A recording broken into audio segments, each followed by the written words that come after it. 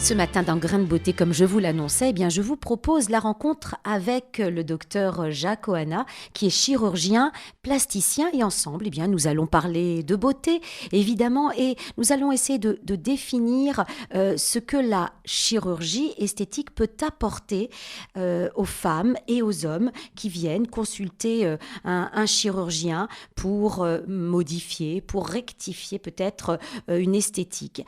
Docteur, bonjour.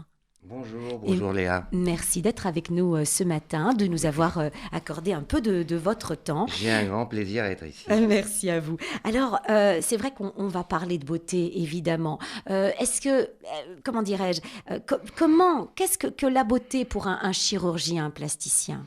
Bon, écoutez, c'est une question qui est intéressante, bien sûr, même si, pardon de vous le dire, elle est un petit peu convenue. Et puis, la réponse est assez simple. La beauté, par définition, eh bien, elle est multiple, elle est subjective. Elle n'est d'ailleurs pas que physique. Et puis, la beauté, elle est variable. Elle est variable en fonction du temps, en fonction de l'espace, en fonction des sociétés. La beauté est un élément de langage qui est spécifique d'une culture. Et je pense qu'il n'y a pas de définition simple, en tout cas, à cet élément qui est multicritère. Quant au chirurgien plasticien lui-même, il faut bien savoir que ça n'est pas un créateur de beauté, qu'à la limite, c'est un professionnel de l'embellissement, et son rôle est de mettre en harmonie et en cohérence certains éléments du visage avec le vécu et le psychisme de la patiente. Eh oui, alors comment rester objectif face à une patiente qui vous sollicite? Quand je vous posais la question de la définition de la beauté pour un chirurgien plasticien, c'est peut-être qu'elle est un petit peu différente de la définition de la beauté pour la femme, la patiente qui vient vous voir. Alors, comment vous arrivez à rester objectif et à bien conseiller cette patiente qui est face à vous et qui vous dit, docteur, je voudrais me sentir belle, je voudrais être belle? Écoutez, d'abord, il n'y a pas une patiente, mais des patientes, et chaque consultation est extrêmement différente. Et tout se passe en fait pendant la consultation, qui commence d'abord et avant tout par une écoute très attentive et une analyse bien plus profonde qu'il n'y paraît, même si elle est discrète. Il y a bien sûr ensuite l'examen clinique, et c'est au terme, si vous voulez, de ces éléments que le chirurgien plasticien va répondre à la question qui lui est posée pour savoir si c'est possible, si c'est réalisable, si c'est cohérent, si c'est utile. Mais d'une certaine manière, le plasticien n'a pas de jugement à porter, il a davantage des conseils à donner. Alors, cette chirurgie esthétique qui est proposée donc à cette patiente, qu'en pensez-vous? Dans quelle mesure elle va pouvoir apporter quelque chose à cette patiente, hein? Quelles sont les possibilités de la chirurgie esthétique? La chirurgie esthétique est là, si vous voulez, pour apporter une réponse à une question. Encore faut-il que cette question soit clairement formulée, encore faut-il qu'elle soit logique et cohérente. À partir du moment où la demande est équilibrée, il est donc tout à fait cohérent d'y Oui. apporter une réponse. Voilà, on n'est pas dans un domaine qui relève de l'exception. Oui, mais parfois, docteur, certaines personnes ont un problème d'image. Voilà, on a peut-être des petits problèmes de confiance en soi. Ça n'est que ça. Alors comment vous pouvez déceler chez la femme ou l'homme d'ailleurs qui vient vous voir davantage, vous voyez, un problème d'image, un problème de confiance, d'assurance, par rapport à un véritable problème, vous que vous considérez un véritable problème d'esthétique que l'on peut modifier. Oui, alors effectivement, il y a un problème qui est d'ordre esthétique que la patiente considère en tout cas comme tel. Parfois, effectivement, ce problème est suffisamment important pour remettre en question une forme d'estime de soi, comme on dit. Encore que, pas systématiquement, la patiente peut avoir confiance en elle, elle veut juste encore d'avoir davantage encore confiance en elle ou encore se sentir davantage mieux. Le problème est plus délicat quand il s'agit de patientes qui euh, ont du mal à exprimer ce qu'elles veulent ou qui ont des demandes qui ne sont pas cohérentes, qui ne sont pas fondées ou une analyse qui n'est pas logique. Mais bon, c'est le rôle du plasticien d'écouter et puis d'analyser, voilà, Mhm, mhm. comme un médecin ferait pour toutes les spécialités. Ah oui, vous me dites médecin, alors j'ai envie de vous demander, est-ce que vous pensez que la chirurgie esthétique soigne? Après, on verra jusqu'où ne pas aller en chirurgie Oui. esthétique, mais est-ce qu'on peut parler de soins? Est-ce que ça soigne? Alors, c'est une question qui est pour moi évidemment essentielle. Mhm. Elle pose la question de la visée thérapeutique de la chirurgie esthétique. C'est une question qui me surprend parce que c'est comme si vous demandiez à un chirurgien plasticien, est-ce que vous êtes encore médecin? Et là, je me dis, il y a un vrai problème de communication. Mhm. Euh, non, non, c'est une spécialité où il y a une dimension humaine essentielle. Oui, D'aucuns et des plus grands penseurs considèrent qu'il s'agit d'une psychochirurgie. oui. Il y a un rôle qui est important et beaucoup plus important qu'on ne peut l'imaginer. Mhm. Alors, si dans certains cas, dans certains médias, donner une image un peu superficielle, éphémère, Mhm. ça fait plaisir, bon, d'accord, mais la réalité, elle est beaucoup, beaucoup plus profonde. Ça veut dire que ça va très loin, hein. Lorsque vous opérez les femmes, est-ce que dans votre pratique, il vous est arrivé d'être étonné de l'impact qu'une simple chirurgie, par exemple une rhinoplastie, une rhinoplastie, de l'impact que cela peut jouer dans la vie d'une de vos patientes ou d'un de vos patients? Les demandes en chirurgie esthétique paraissent peut-être superficielles, mais de façon définitive, il faut savoir qu'elles ont des racines profondes. Et effectivement, la preuve en est qu'on est parfois pas mal surpris de l'impact qu'une intervention peut avoir, heureusement dans la majorité des cas, dans un sens favorable, Mhm. sur le comportement, la modification, les retentissements personnels, professionnels, physiques, psychologiques.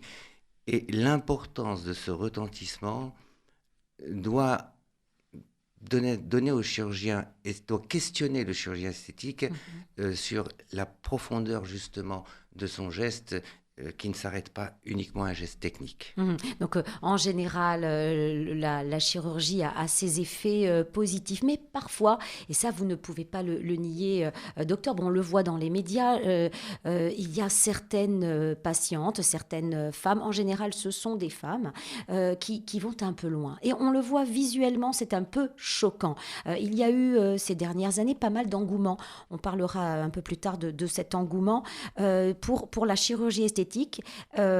Jusqu'où vous, le chirurgien plasticien, vous considérez qu'il ne faut pas aller, jusqu'où ne pas aller trop loin, La question est donc comment éviter les caricatures, par exemple? comment éviter les dérapages. Oui. C'est une question qui est d'ordre général, Mhm. que toutes les spécialités, toutes les professions peuvent se poser.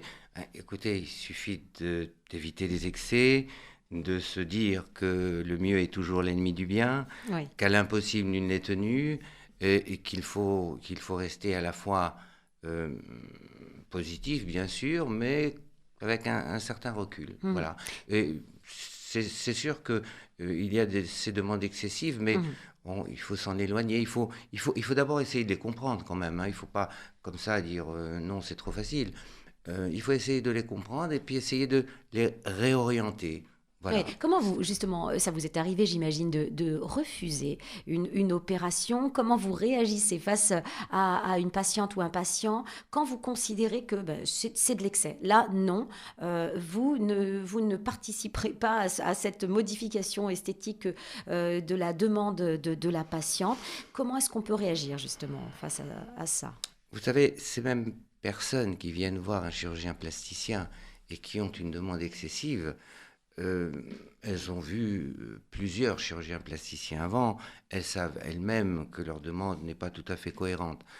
La décision d'une intervention, c'est une décision qui est prise d'un commun accord. C'est une intervention qui a ceci de particulier, c'est que la demande est effectuée par le patient Et puis ensuite, c'est au chirurgien de savoir s'il accepte. C'est un dialogue réciproque.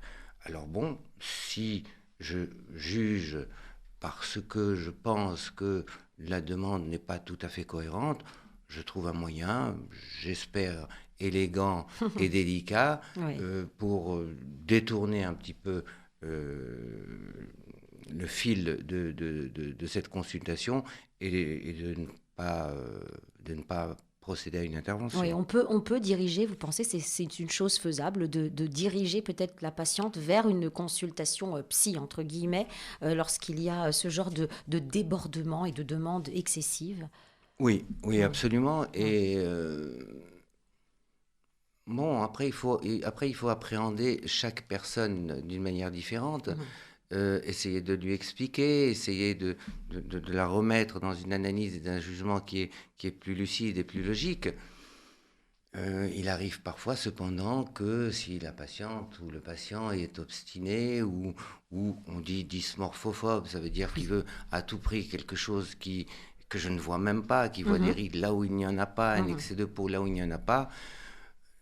Si je n'arrive pas, au bout parfois d'une demi-heure ou d'une heure, à la convaincre, je dis parfois que je m'excuse, mais je ne saurais pas faire cette Mhm. opération.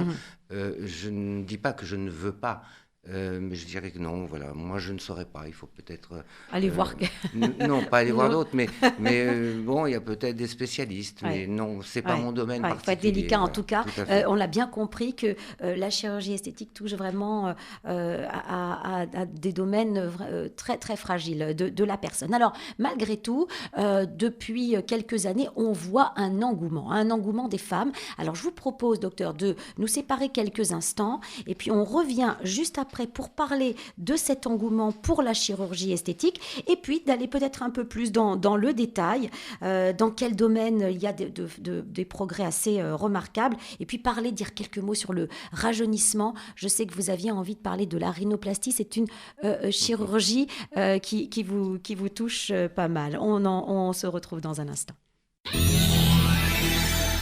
On se retrouve dans la seconde partie de Grain de beauté. Ce matin, dans Grain de beauté, nous parlons de chirurgie esthétique en compagnie de docteur Jacques Ohana, qui est chirurgien plasticien. Alors, docteur, on a parlé de ce qu'est la conception de la beauté pour un chirurgien esthétique. On a vu que effectivement, c'était une intervention qui pouvait toucher à des éléments très, très fragiles des patients, que c'est quelque chose qu'on ne prend pas à la légère, qu'il y a une relation qui s'installe entre le patient et le médecin et qu'il faut beaucoup de discussions pour bien définir ce que l'on va faire, bien sûr en évitant les excès qui parfois s'observent ces dernières années. Mais ces dernières années, s'il y a des excès, c'est qu'il y a aussi un très grand engouement pour cette chirurgie, un engouement et une démocratisation, j'avoue, on le voit chez des femmes qui appartiennent à toutes les couches sociales. Les femmes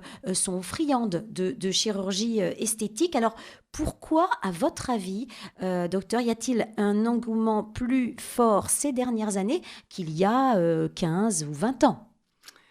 Il y a effectivement une demande qui est plus importante. Il y a effectivement une démocratisation de la chirurgie esthétique, ce qui est le corollaire naturel de la demande plus importante. Ça veut dire que ça intéresse davantage de personnes. Mais dire qu'il y a un engouement en sous-entendant qu'il y a un côté excessif, là je pense que c'est une erreur. Et s'il y a engouement, c'est un engouement qui est plus un engouement médiatique. Ce Ah, sont les médias qui s'intéressent particulièrement à cette spécialité. davantage, Parce d'accord. que, en vérité, la demande, Mhm. elle est tout à fait objective, elle est cohérente, n'est pas excessive. Et si on parle en pourcentage, eh bien, par exemple, il y a moins d'interventions en Europe qu'aux États-Unis, au Brésil. Je ne vous parle pas de la Corée, où là, c'est un phénomène qui est passionnant d'ailleurs sur le plan culturel. Mhm. Et puis voilà, il y a moins d'interventions, par exemple, dans le continent africain Eh bien, parce que l'esthétique n'est pas la priorité, bien évidemment. Mhm. Alors, vous avez parlé de Brésil, on sait que c'est vraiment le pays de la chirurgie esthétique. Est-ce que cet engouement n'est pas aussi dû au progrès scientifique, tout simplement? C'est quelque chose qui peut attirer les femmes. Si aujourd'hui, la chirurgie esthétique a davantage de moyens techniques, technologiques pour améliorer l'esthétique, bah, finalement, ça attire du monde. Non, vous dites que le Brésil est Oui. le pays de Ah la non, ça vous chirurgie plaît pas, esthétique. ça? Non, non, bon, ça ne me plaît pas du tout. Ça me plaît pas du tout. Il faut avoir une vision un tout petit peu globale. Encore que Oui. ce que vous dites est vrai ou était vrai il y a une trentaine d'années. Parce que à l'origine, Ivo Pitangui a Oui. été effectivement une figure de proue de la spécialité parce qu'il était l'un des plus compétents. Mais le Brésil est un pays où ses habitants vivent au soleil et il y a une culture du corps. Donc, il y a un besoin de séduction, bien évidemment. La demande est donc plus importante.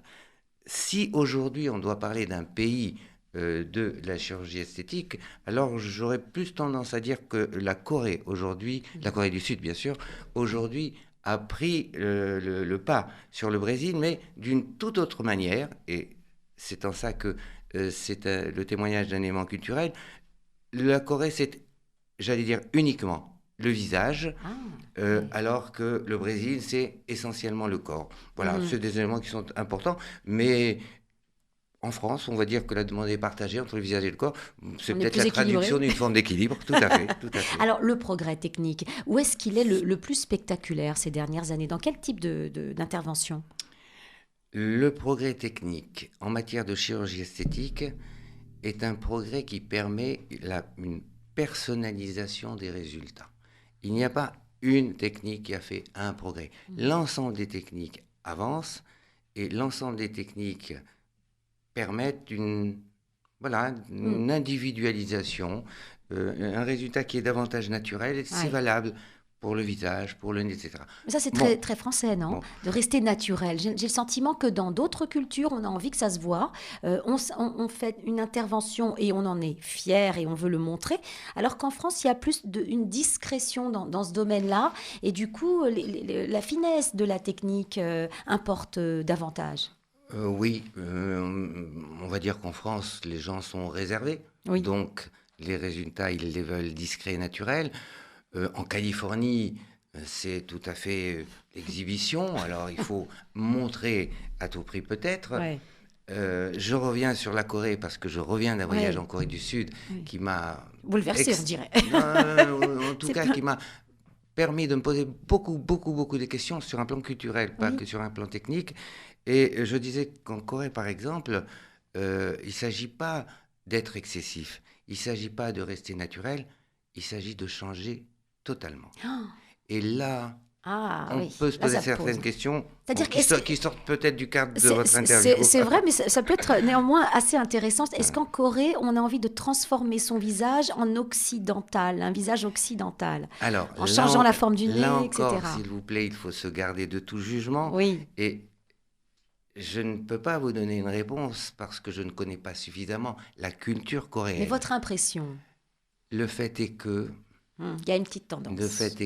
c'est problématique. Ouais, C'est ouais. problématique parce que les transformations sont tellement radicales qu'on se demande si ça n'est pas un manque, si ça n'est pas vraiment un problème d'estime de soi ou, pardon, un problème de haine de soi. Ouais. Point d'interrogation. Voilà. Oui, mais bon, ouais, ouais, là, je ouais. suis encore Euh, sur la réflexion de ce voyage parce ouais. que il m'a posé plus de questions. Mhm. Mais je m'excuse de ce que je viens de Non, dire mais on prend l'ampleur. parce Hein. que c'est un petit peu excessif, mais quand même, c'est pour vous dire que ça questionne, C'est ça ça. questionne Donc fortement. on arrive à prendre l'ampleur de l'impact des changements Alors, esthétiques et hein, et c'est du ça physique. aussi qui est intéressant parce que en essayant de porter un jugement sur une culture différente, on peut davantage comprendre le jugement que d'autres personnes portent sur notre culture et se dire, bon, à peu près, et se dire, bon, non pas peut-être qu'ils ont raison, mais on comprend qu'il puisse y avoir différents points de vue. Voilà.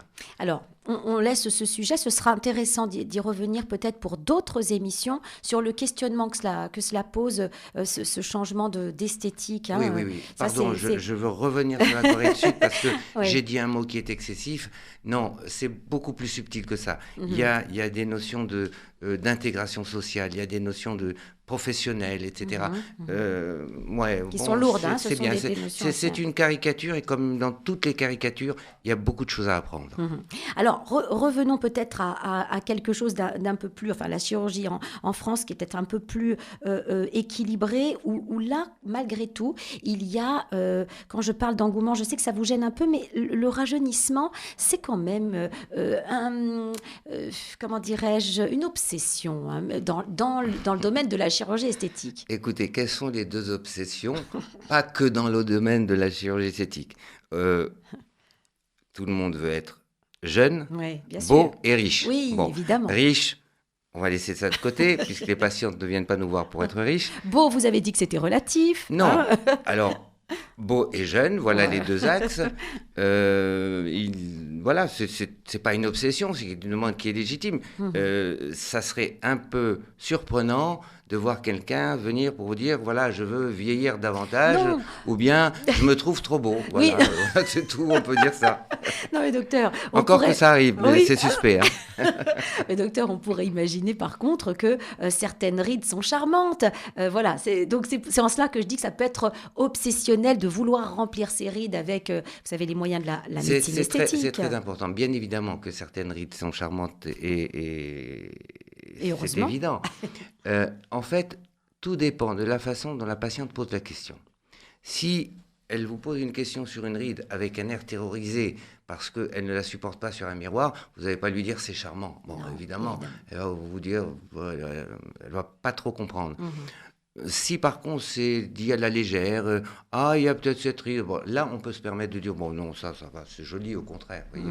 C'est ça. Alors là on voit apparaître depuis quelques années la montée vraiment en grande vitesse de la médecine esthétique. Alors vous, en tant que chirurgien plasticien, est-ce que cela vous fait peur? Est-ce qu'au contraire vous dites non, pas du tout, ça ne va pas remplacer la chirurgie, ça n'est que complémentaire? Qu'est-ce que vous vous dites face à cette médecine esthétique? De façon claire, je suis chirurgien esthétique et je crois que j'ai été l'un des premiers médecins esthétiques. Ça veut dire qu'à l'évidence, la médecine esthétique s'intègre, mais naturellement, complètement à la chirurgie esthétique. Ça veut dire que quand le collagène a commencé à apparaître, l'acide hyaluronique et le botox, j'ai été un des premiers intéressés et un des plus ardents défenseurs. Quand une patiente vient me voir, c'est pas pour que je l'opère, c'est pour que je lui donne des conseils. Donc la médecine esthétique me permet d'élargir ma palette de possibilités et au contraire de lui conseiller parfois une injection quand un lifting n'est pas nécessaire, mais la chirurgie n'est pas une fin en soi et de beaucoup s'en faut. Alors évidemment, la médecine esthétique, heureusement, a fait beaucoup de progrès. Elle permet donc de diversifier les possibilités du chirurgien plasticien et elle s'intègre de façon totalement complémentaire dans les actes que nous pratiquons. Maintenant, quel est l'avenir de la chirurgie esthétique? Clairement, il est de moins en moins chirurgical. Ça veut dire dans 5 ans peut-être, mais dans 10 ans sûrement, le nombre d'interventions va diminuer parce que les biotechnologies, parce que les nanotechnologies, parce que le génie génétique, parce que les nouvelles thérapeutiques, évidemment, un jour, on dira, tu sais, avant, pour opérer, ils prenaient un couteau, et puis coupaient, et puis même, il y avait du sang. Oh, les barbares. Bien sûr, voilà, écoutez, voilà, pourquoi pas. On dira, oh, les barbares. Cela dit, c'est plutôt il fallait passer par là. Il fallait passer par là. Enfin, quand vous dites l'avenir, je la vois beaucoup plus en médecine esthétique, très bien, mais il y a quand même des interventions où là, il va falloir... on a besoin du marteau. C'est caricatural, mais je dis, la médecine esthétique est l'avenir de la chirurgie esthétique, et je dis que les premiers médecins esthétiques sont les chirurgiens esthétiques parce qu'ils ont cette formation. Pour autant, je suis ravi et je connais nombre de médecins esthétiques qui sont des plus compétents et des plus honnêtes. C'est quand même un avantage pour un chirurgien de disposer de tous les moyens techniques pour pouvoir de façon adaptée, raisonnable, proposer telle ou telle intervention et pas uniquement les 2 ou 3 techniques dont le praticien dispose, au risque là, effectivement, d'observer des dérapages et des caricatures. Et oui, mais toujours ces injections maîtrisées par le médecin et pas d'excès comme on peut le voir aux États-Unis, des soirées injections où les femmes s'injectent, je crois elles-mêmes parfois, des produits. Hein. C'est toujours, ça reste... Oui, bon, c'est culturel. Vous savez, il doit y avoir aussi quelque part en France des soirs où des choses étranges se font. On ne le sait pas. Bon, pourquoi pas. Je ne parlais pas sur le plan médical. Hein. Oui, merci beaucoup. Voilà. Merci, docteur, d'avoir été avec nous et nous avoir donné votre opinion et vos idées sur cette chirurgie plastique, cette chirurgie esthétique, dans quelle mesure elle peut nous aider. Et je vous dis à très bientôt sur notre antenne pour d'autres sujets sur la chirurgie. Merci beaucoup. Nous étions en compagnie de docteur Bonne Jacques journée. Oana, chirurgien plasticien. Bonne journée à vous.